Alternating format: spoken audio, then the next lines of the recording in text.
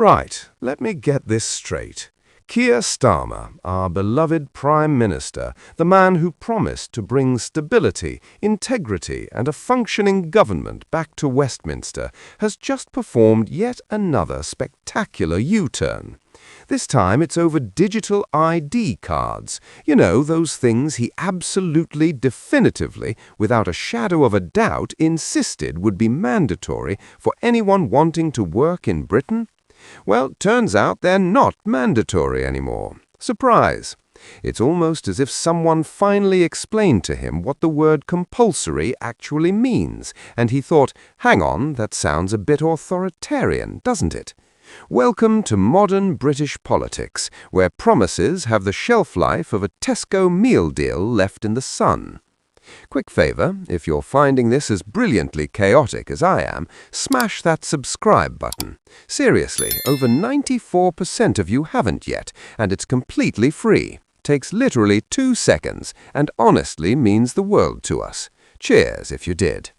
Right, back to the carnage. So, let's rewind the tape a bit, shall we? September of last year, Starmer stands up with that signature earnest expression he does so well. You know the one, like a head teacher about to tell you your dog ate your homework excuse isn't going to fly this time. He announces this grand plan for digital ID cards as part of his strategy to tackle the small boats crisis. Mandatory, he said. Compulsory for work, he said. This is how we're going to crack down on illegal working, he said. The message was clear, unambiguous, carved in stone. Well, apparently that stone was made of butter because it's melted faster than the Chancellor's economic credibility. Now, here we are in early 2025, and what's changed?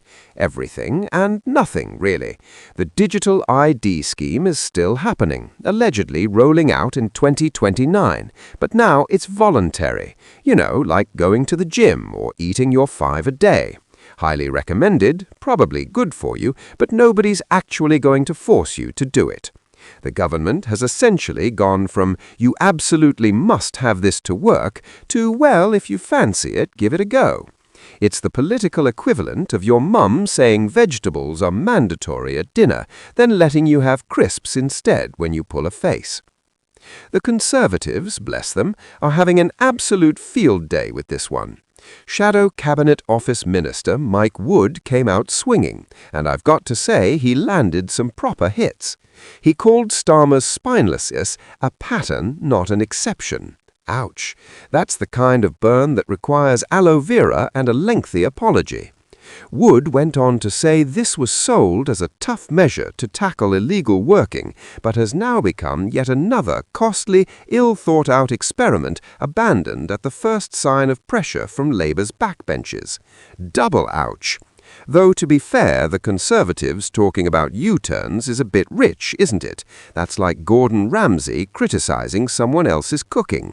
Technically valid, but let's not pretend you haven't served up some absolute disasters yourself, lads. But here's where it gets properly interesting, because this isn't just about political point scoring. This is about what actually prompted this monumental backpedal. Was it a sudden attack of common sense? Did someone in number 10 actually read the room for once? Well, not quite.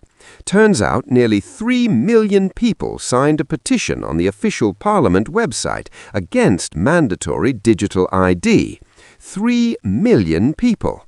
That's not just a few disgruntled pensioners who couldn't work out how to use the post office app. That's a proper movement. That's the British public collectively saying, absolutely not, mate.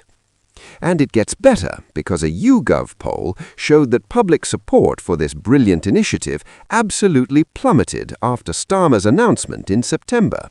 Shocking, I know. Who could have possibly predicted that British people wouldn't fancy being forced to carry digital papers to prove they're allowed to work in their own country? It's almost as if we have this weird cultural thing about civil liberties and not being told what to do by the government. Strange, that. Now, Reform UK's Nigel Farage has naturally jumped on this like a seagull on chips at Brighton Beach. He's pledged that his party would scrap digital ID altogether if given the chance. Farage called this reversal a victory for individual liberty against a ghastly, authoritarian government. Strong words, but then again, strong words are kind of Farage's entire brand, aren't they? Love him or loathe him, and there's precious little middle ground on that one, the man knows how to capitalize on government incompetence, and Starmer's been serving up incompetence like it's going out of fashion lately. But let's talk about the government's actual reasoning here, because it's absolutely brilliant in the worst possible way. A government source, speaking anonymously, because apparently nobody in this administration has the spine to put their name to anything anymore, said the compulsory element was stopping conversation about what digital IDs could be used for generally. Right, so the problem wasn't that it was a terrible idea. The problem was that people were too busy being angry about it being mandatory to appreciate all the other wonderful uses for digital ID.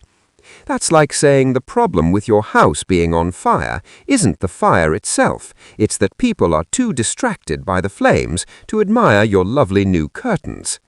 The source went on to tell the Times, and I absolutely love this bit, stepping back from mandatory use cases will deflate one of the main points of contention.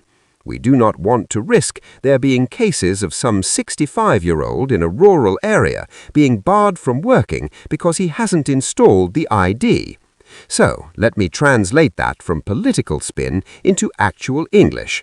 We've just realized that forcing pensioners in the country to download an app they don't understand onto phones they might not own just to keep working is probably not going to play well with voters. Brilliant. Absolutely brilliant. It only took them, several months to figure out that forcing elderly people to become digital natives overnight might be slightly problematic. This whole debacle fits into a pattern that's becoming increasingly difficult to ignore. This government has performed more U-turns than a London taxi driver who's missed his turning. Remember the winter fuel payments? That thing where they decided to scrap heating support for most pensioners, then acted shocked when people were upset about elderly folks potentially freezing in their homes? Then there's the farmer inheritance tax raid, which went down about as well as a vegan at a butcher's convention. And just today, reports emerged that plans to slash jury trials might be watered down. At this rate, the only thing we can definitively say about Labour policy is that whatever they announce today probably won't be policy tomorrow. The thing is, and this is what makes it all so frustrating, there are actually some people who think digital ID could be useful. Done properly, done voluntarily, with proper safeguards and genuine benefits, there's an argument to be made. Making it easier to prove your identity, streamlining access to services, reducing fraud, these aren't terrible goals. But the way this has been handled, flip-flopping between mandatory and voluntary, ignoring public concern, then scrambling backwards when the backlash got too loud, it's just incompetence dressed up in a suit. The government spokesperson tried to put a brave face on it naturally. They said, "We are committed to mandatory digital right-to-work checks," which is interesting because that directly contradicts the entire point of making the scheme voluntary, but consistency has never been this government's strong suit, has it? They continued, "We have always been clear that details on the digital ID scheme will be set out following a full public consultation which will launch shortly." Always been clear? Always been clear? The only thing that's been clear is that nobody in government had the faintest idea what they were actually doing with this policy. It's like watching someone assemble IKEA furniture while insisting they don't need the instructions, then acting surprised when it collapses. The spokesperson finished with a flourish, saying, "Digital ID will make everyday life easier for people, ensuring public services are more personal, joined up and effective, while also remaining inclusive." That's lovely, really it is. Excellent use of buzzwords there. Personal, joined up, effective, inclusive. Tick all the boxes, chuck in some aspirational language, and hope nobody notices you've just completely reversed your entire policy position. It's the political equivalent of new and improved on washing powder. Sounds great, probably means absolutely nothing.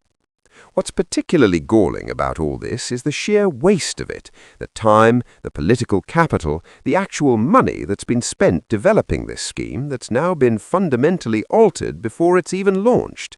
The consultation that should have happened before announcing the policy is now happening after.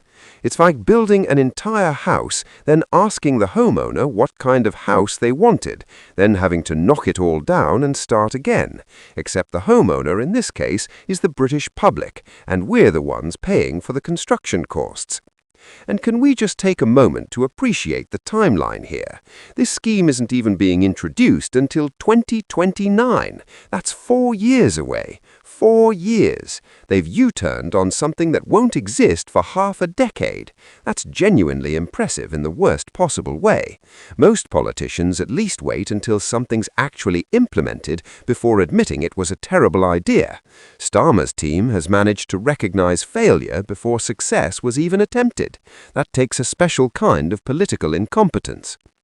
The broader question this raises is about trust, isn't it?